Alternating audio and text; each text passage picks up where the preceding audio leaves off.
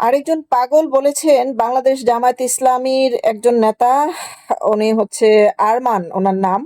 তিনি গুমের নাটকেও খুব ভালো দক্ষতার সাথে অভিনয় করেছেন। ৫ তারিখের পরে কোথা থেকে উদয় হয়েছেন।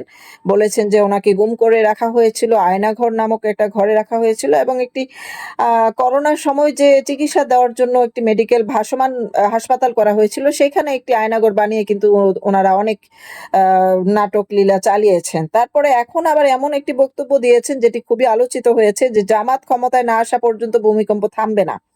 তো তিনি কিভাবে জানেন যে জামাত ক্ষমতায় না আসা পর্যন্ত ভূমিকম্প থামবে না? তার মানে তিনি কি খোদার সাথে দেখা করে কথা বলেছেন, না ভূমিকম্পটা কৃত্রিম ভূমিকম্প ছিল যেটার সাথে তাদের সরাসরি সংশ্লিষ্টতা আছে, বা তাদের যোগসাজশেই এই কাহিনী হচ্ছে, এরকম বিএনপি নেতার ইশরাকের মুখেও আমরা শুনেছি।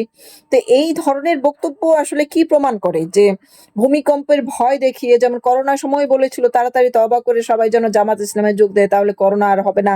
তো এখন আবার এই ভূমিকম্প থামবে না যদি তাদের সাথে জামাত ক্ষমতায় না আসে।